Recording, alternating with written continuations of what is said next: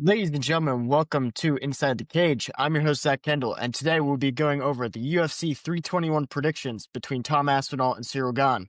It's a very entertaining fight card. We got a lot of bright talent on this card. For a pay-per-view, I'd probably give it an 8 out of 10. I'm excited for a lot of these fights, and especially for the prelims. The prelims has a lot of entertaining fights between Rebekian Ludovic Klein, Nasrat Haqparast, and Quinlan Salkild. Jose Delgado versus Nathaniel Wood. Like, there's a lot of underrated fights on the prelims, which I think people are going to be surprised by. But with that being said, let's get off with our predictions. Starting off the card, we have Jacqueline Amorim going up against Mizuki Ano. Very easy picks for me here. I'm going to go Jacqueline Amorim. She's currently the minus 450 favorite, and I think that's honestly right. Mizuki Ano only has one fight in the past 5 years. She didn't win that fight, but even that fight was 2 years ago. So we don't really know how she's going to look going into this fight. We know that Amorim is a very talented grappler.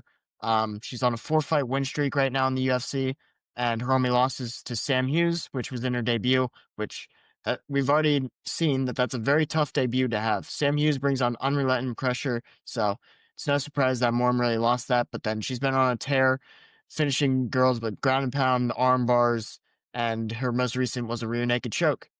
For Mizuki, it's just going to be so hard for me to pick her, and I really feel that Amorim's going to show that there's levels to grappling in the women's divisions, and I think Amorim's going to dominate her on the ground and find that submission. So give me Jacqueline Amorim here to get a submission in the second round. Moving on, we have Azat Maxim going up against Mitch Raposo. I feel like this is another easy one. I feel like the UFC is constantly trying to push Mitch Raposo, but it just has not worked out well for him so far. He lost a split decision to Andre Lima and then lost another one to Sumernaji. So he's on 2-fight losing skid. Azat Maxim is as well, but it's two way better fighters than Raposo in Tajir Olambekov and Charles Johnson. So Azat has been tested before to these ranked fighters already. Raposo is just losing to unranked guys. I'm going to go with Azat Maxim here. He's currently the minus 340 favorite, and for good reason. He showed very good grappling against Tajir Olambekov, who's known for his good grappling. So for him to make it competitive against Olambekov, it shows that Maxim is very talented with grappling, whereas Mitch Raposo really hasn't looked good in the UFC at all. To be fair, this is probably his hardest test, in my opinion. And it's unfortunate for Raposo, but I just do not see a way where he can do anything in this fight. Even on the stand-up, I think Maxim has the advantage because of the volume. Maxim's got to throw more than Raposo in this fight. Raposo barely throws any punches. So give me Azat Maxim here to win a dominant decision. Give me a 30-27 Azat Maxim decision. Moving on, we have Chris Barnett going up against Hamdi Abdel Wahab. The return of Chris Barnett after his injury to his knee, where he destroyed every ligament in his leg possible. He's coming back after a year layoff, going up against Hamdi, who hasn't really had the best UFC career either. He had a no contest with Dontel Mays. He beat Jamal Pogues by split decision, and then he lost to Muhammad Usman. So Hamdi has not looked good whatsoever in the UFC. His UFC career is pretty bad. But Chris Barnett, on the other hand, hasn't looked that good as well. He's 2-3 in his last 5. He lost to Ben Rothwell, lost to Martin Boudet, which isn't a bad loss, and then lost to Kennedy Nzechukwu. And then his wins are to Jake Collier and Gian Vellante. So this is a really awful fight to pick between. No one bet on this fight. I'm going to go with Hamdi Abdel Wahab solely because he is an Olympic wrestler. You would think he'd be able to use his wrestling to dominate these other heavyweights, but so far he hasn't, so that worries me a little, but I think he's just going to go straight for the grappling. We've seen that Chris Barnett sucks with takedown defense, so I think that's going to play a huge factor in here. I would love to see Chris Barnett get another spinning roundhouse wheel kick KO, but he's just so freaking fat. I'm sorry. This dude's a blob. He's a short midget blob going up against Hamdi, who's just a blob in general. But I'm going to trust Hamdi's Olympic wrestling over Chris Barnett's unique striking style. Both of them will probably guess out. This is going to be an awful fight unless we get a quick finish, but it's probably just going to be an awful 3-round fight where Hamdi wins by split decision because he lays on Chris Barnett for a few minutes. So Hamdi's going to be my pick. Moving on, we have Jose Delgado going up against Nathaniel Wood. It sucks. I really wanted to pick Nathaniel Wood. For those of you that don't know, he fought a distant cousin of mine. My distant cousin used to be in the UFC, Casey Kenny. Um, so I'm a big fan of Nathaniel Wood. They put on a fight of the night performance on the Nurmagomedov Gaethje card. They won the bonus, and Nathaniel Wood has looked like a very fun scrapper. In both divisions, not just since his move up to featherweight. Even in bantamweight, he was a very fun scrapper. Um, but it's unfortunate because it seems like he's lost all his finishing ability since he moved up to featherweight. He was getting a bunch of finishes down at bantamweight, so it seemed like that was his true weight class. But then he moved up, and he's only winning by decisions, and some of them have been very close. Like his last few recent fights, like Morgan Charrier and Daniel Pineda, he's let them come back in the fight. He starts out really good, but then they start coming back in the later rounds. And that worries me a little bit in this fight because Jose Delgado is a very good finisher. We look at his last few fights, and he's finishing everyone. He has, between all 10 of his wins, all 10 of them have been by finish. 6 knockouts, 4 submissions. He's currently 2-0 in the UFC, coming off back-to-back first-round knockouts. His most recent was the Hyder Emil, who looked like he was going to be a very fun prospect. And then he went out and kneed him in the face and dropped him in the first round. So I'm going to go with Jose Delgado here. It's unfortunate. Delgado is the minus 155 favorite. It's unfortunate. Nathaniel Wood will be able to keep it close because of volume, but I think when it comes down to it, Jose Delgado has the finish ability, and Nathaniel Wood doesn't. So give me Jose Delgado to win this. But I do see a way where Nathaniel Wood does put on a performance masterclass because he does have very good technical ability on the ground as well. Yeah, give me Jose Delgado. And moving up, Walter Walker going up against Louis Sutherland. Unfortunately, Walker's fight from a few weeks ago got canceled because Muhammad Usman couldn't make weight or he got hurt. I forget which one it was. I think it was because he couldn't make weight, but everyone's picking Walter Walker here, 94%. I don't think it should be that high. Walker is a minus 340 favorite. Louis Sutherland, there's not really a whole lot of good to say about him. He's coming from, what's that called? The LFL, I'm pretty sure, which really isn't a good promotion to be coming from into the UFC. He's 10-3. He just really has powerful hands, but that's about it. He used to be in phenomenal shape, but I think that's because he wasn't getting tested where the promotion he was used to be fighting in. Because now he looks a lot bigger, and not in a good way. He lost kind of that muscle, and it doesn't really show anymore. So he's coming more of a blob now. I'm just going to use that for every heavyweight fighter from now on if they don't have good physical attributes. Walter Walker, on the other hand, he has turned his body around and he's starting to look lean. Obviously, coming off back-to-back-to-back heel hooks. I think Walter Walker's going to be able to pull off a heel hook against Louis Sutherland. I know Walter Walker has horrible stand-ups, so maybe Louis Sutherland gets the KO in the first round, but I'm going to go with Walter Walker here. I really don't think Sutherland's going to be able to stop Walker from getting a hold of that leg. I don't know. I just don't trust Louis Sutherland. I don't even know what to say about this. Walker does have a height and reach advantage as well, but yeah, I just don't think Louis Sutherland has the good fight IQ or the defense to stop Walker from taking him down. So give me Walter Walker to beat Louis Sutherland by first round heel hook. I think he continues his streak. Moving on, one of the best fights on the card, Mateusz Rebecki going up against Ludovic Klein. See, I wish Rebecki took a little bit more time off, and that plays a factor into this pick here. I'm gonna go with Ludovic Klein here. I hate to say it. Rebecki's most recent fights have been absolute wars. Metabek Orobai, that split decision win for him was absolutely phenomenal. That was a year ago, which is crazy because it felt like it was yesterday. And then his most recent loss was 2 months ago to Chris Duncan by unanimous decision. Very close fight though.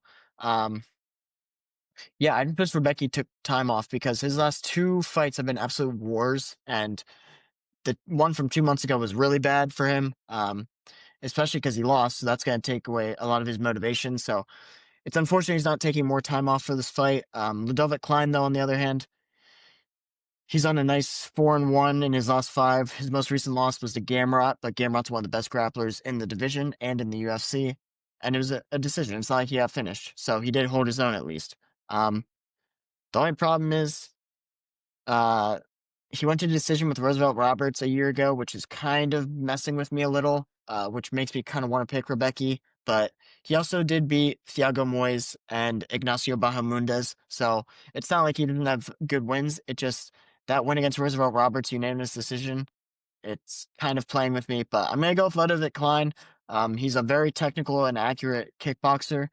He makes sure he has a very high accuracy when it comes to stand up. Rebecca's obviously gonna come forward the entire fight and throw more, but I think Klein's gonna try and use in the kicks to try and push Rebecca away, and I think he's gonna land the harder shots than Rebecca, because Rebecca kind of throws the same hook combinations.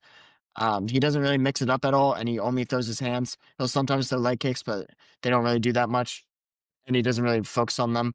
But Ludovic Klein is a very technical and smart fighter, so I think Ludovic Klein will win this by a 29-28 decision. I think Rebecca will be able to win either.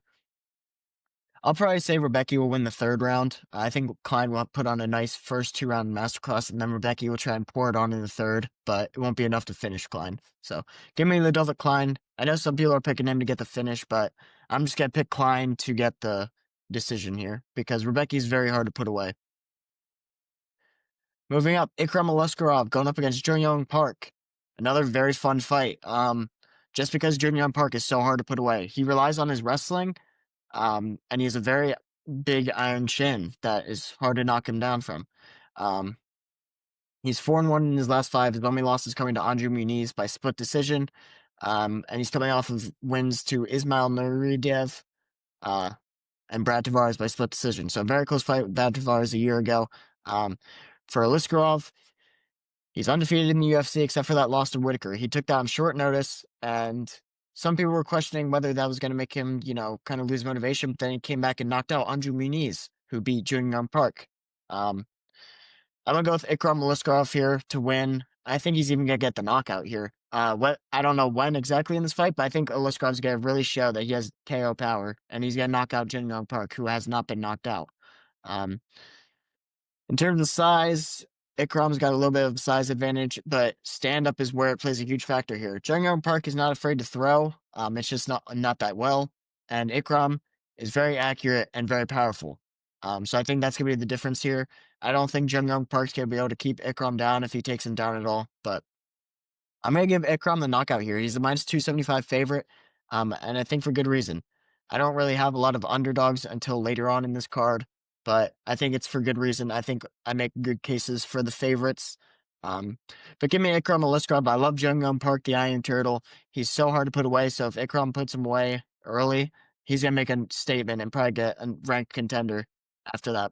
But Jun Park, the only way I can really see him winning is if he dominates with the wrestling, but I don't see a way where that happens because he's going to get beat up badly on the feet, and it's going to make his wrestling worse. So give me Ikram Aluskarov to win by knockout at some point in the fight. Moving up to the main event of the prelims, Nasrat Haqparast going up against Kulin Salkild. This one's interesting. I'm going to go with Nasrat Haqparast here. I picked him as a underdog. I don't know if the odds changed. The odds might have changed, but I picked Haqparast as an underdog, so I'm still counting him as an underdog.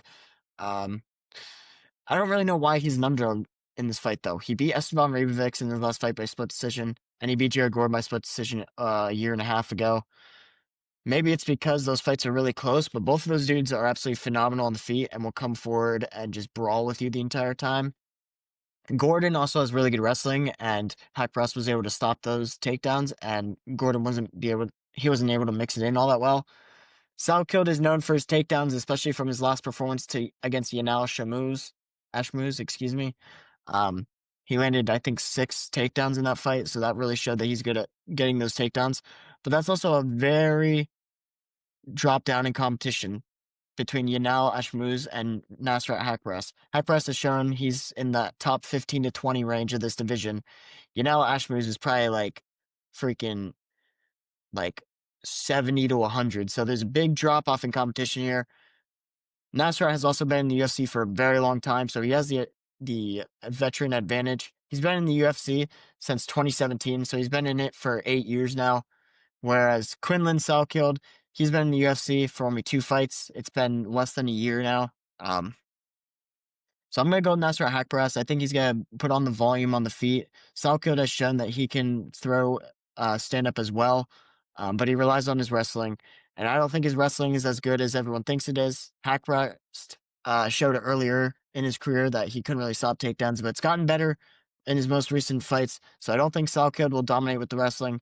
And when it comes down to it, they're gonna look at damage, and Haqparast is gonna do way more damage than Salkeld in this fight. So if it goes to the decision, Haqparast in Abu Dhabi as well is going to get the decision here, I think. So give me Nasrat Haqparast to win this by a 29-28 decision. I think Haqparast will win the second and third. I think Salkeld will get takedowns in the first round, but not be able to put him away. And then Nasrat Haqparast will take advantage in the second and third rounds. So give me Nasrat by a 29-28 unanimous decision. First fight on the main card, we have Alexander Rakic going up against Azamat Murzakanov. It was very hard for me to pick Rakic here. I picked him as an underdog. He's on a 3-fight losing skid, but his fight against Yuri Prochazka and Magomed Ankalaev, both of them were very close. He was beating Prochazka until Prochazka did that thing where he just starts throwing everything at you because he's losing the fight. That's what Prochazka always does, but Rakic was winning that fight. And then the Ankalaev fight, yes, he obviously did lose that fight, but he looked very impressive against Ankalaev, who everyone thought he was going to be the most dominant light heavyweight of all time. So I'm going to go with Alexander Rakic here. Murzakanov is having a huge step up yet again. I hate when fighters have huge step ups because it does not, you know, I'm not going to hype up Murzakanov for knocking out Brenson Ribeiro. Another huge thing for Murzakanov is he relies on knees. A lot of his fights, he ends up kneeing them that stuns them, but he's not going to be able to knee Alexander Rakic in the head. Alexander Rakic is 6'4", and Murzakanov is only 5'10". So Rakic has a huge height advantage, and I don't think Murzakanov will be able to land those knees that he wants to.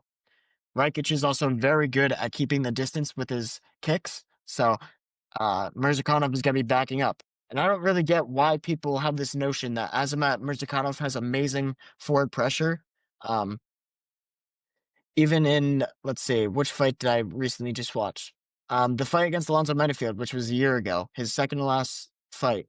He was backing up against Alonzo Menifield a lot in that fight. And it wasn't until he landed that knee to the head was when he started putting on the pressure. He's not going to be able to land that knee to Rakic. I think Rakic will keep the distance and break down Murzakanov with those kicks to the leg. The kicks to Yuri Prochazka were absolutely damaging, and I think he's going to be able to do that to Azamat Murzakanov. I know Murzakanov is undefeated, but I do really think Rakic is going to put him away in the later rounds, probably in like the second, either the end of the second or beginning of the third. I see Rakic putting him away. So give me Alexander Rakic. I don't think this one goes to decision. I think Rakic is going to get it done and get a win finally because he hasn't won since 4.5 years ago, which is a little bit concerning, but I'm going to trust him. As long as he hasn't given up hope in himself, I do think he'll get this win. So give me Alexander Rakic as the underdog. Moving up, we have Alexander Volkov going up against Jailton Almeida. This one was hard for me. This was probably the hardest fight for me to pick on this card. I was originally leaning towards Jailton Almeida, but I've switched over to Alexander Volkov. Volkov got a robbery loss to Ciryl Gane. It was a split decision loss, but he won it. I think it was closer than what most people think, but I still do think that Volkov won it, so he should be 5-0 in his last 5 fights. I think he's going to come out very aggressive in this fight because of that loss, and I think if he goes out there and gets that finish, I think he knows that he's going to get a title shot next, even though he'll be on a 1-fight win streak.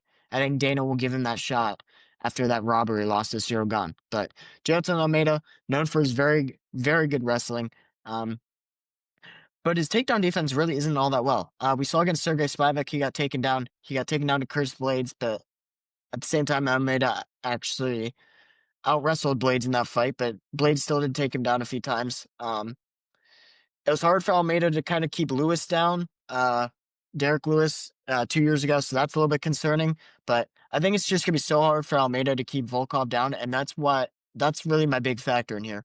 Almeida is not very good with stand-up. He's only good if it's very tight in the pocket, but I don't think he'll be able to keep it very close with Volkov.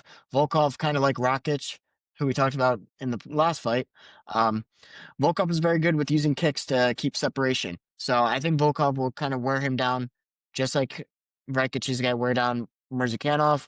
Um, I think Almeida will be able to take him down a little bit in this fight, but I don't think he'll be able to keep him down. Volkov is so lengthy. Volkov has a 4-inch height advantage, and then he also has a small reach advantage. But yeah, I'm going to trust Volkov here. I think he's going to be able to keep the distance, and even if he gets taken down, I think he'll be able to get back up. His striking is very deadly and very dangerous, and I think he'll be able to stun Almeida and even get the finish in like the third round. Almeida will have to put him away quickly, I believe, because I don't think Almeida's going to be able to keep the stand-up very positive for him against Volkov. So give me Alexander Volkov here. Volkov is the underdog here at plus 145. So like I said, I picked a lot of underdogs on the main card, but give me Volkov to win this one. Next up, we have Umar Nurmagomedov versus Mario Bautista. Now, obviously, you guys already know he is my lock of the week as long as this fight is official on Saturday. But I'm going to go with Umar Nurmagomedov. He had a very close fight with Merab in his most recent fight 9 months ago. But before that, he put on a stellar, perfect performance against Corey Sandhagen, which is probably the most noteworthy, more noteworthy than the close fight with Merab, even though Merab has shown that he's debatably undefeatable. Whereas Mario Bautista, he's coming off a win to Patchy Mix, where Patchy Mix didn't throw a single punch. Patchy Mix threw like nothing, and Mario Bautista wasn't able to put him away, so that kind of worries me a little bit. And then he won a very close fight against Jose Aldo. People actually think that Jose Aldo won that fight and that it was a robbery. So he debatably lost that fight. So really his only good win, you could say, is probably Ricky Simon, which was right before the Jose Aldo fight. That was about 2 years ago.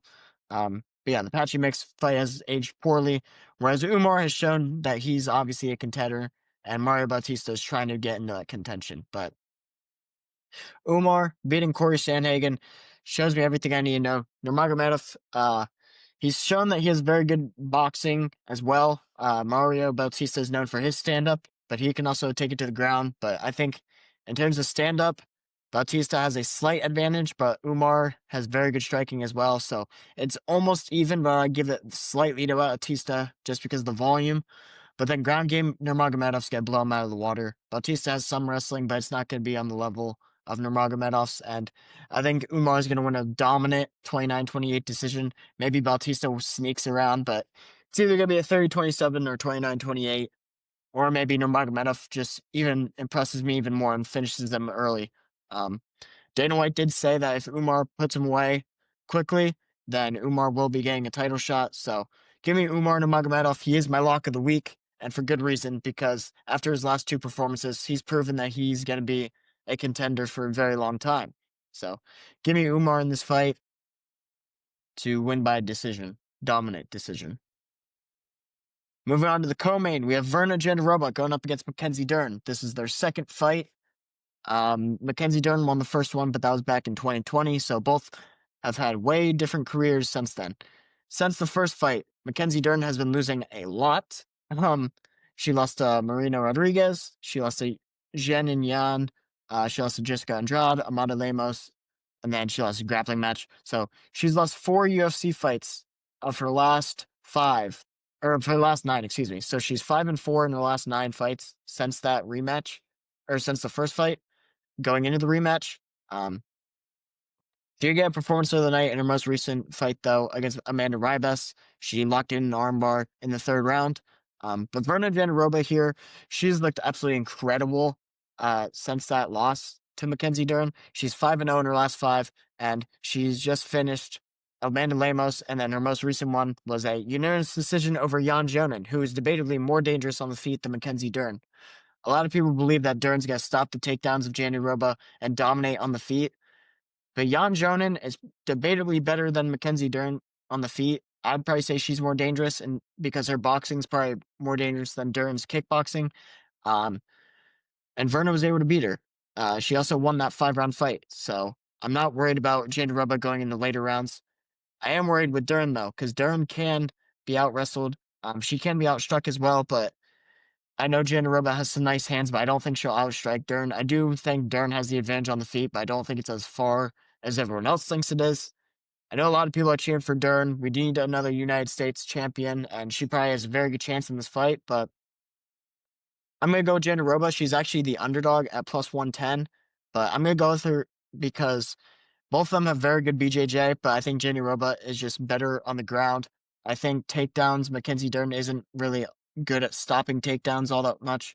So give me Jandiroba to get those takedowns and lock in a submission in the third round.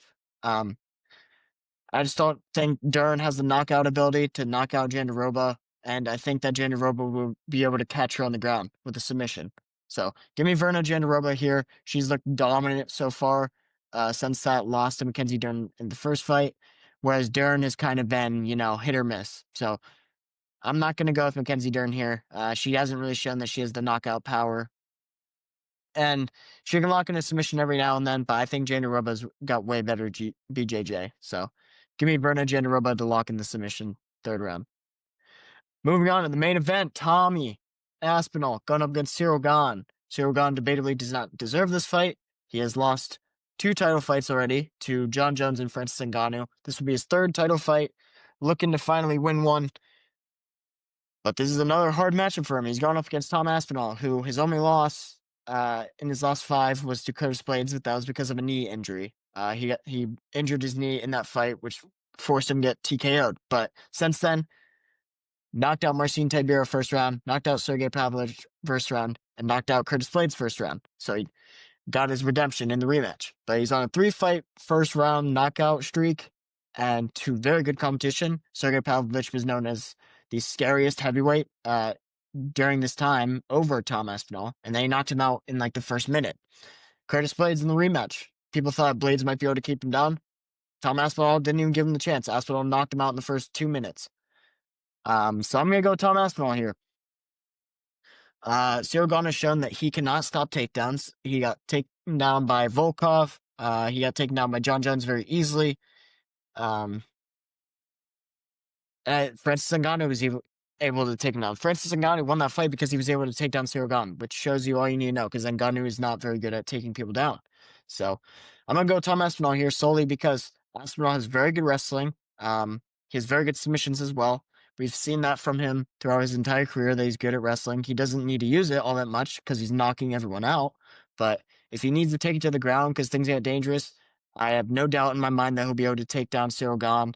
Gane is a counter puncher, and he's very powerful hands.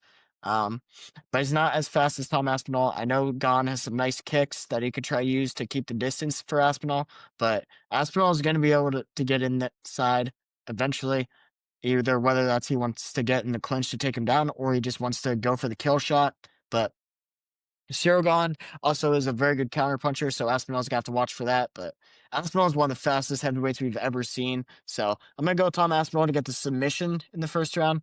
Some people are debating whether it's going to be a KO or a submission in the first round. I see it where Aspinall drops Gane, but Gane's not completely out, and then Aspinall jumps on top of him and locks in maybe a Kimura.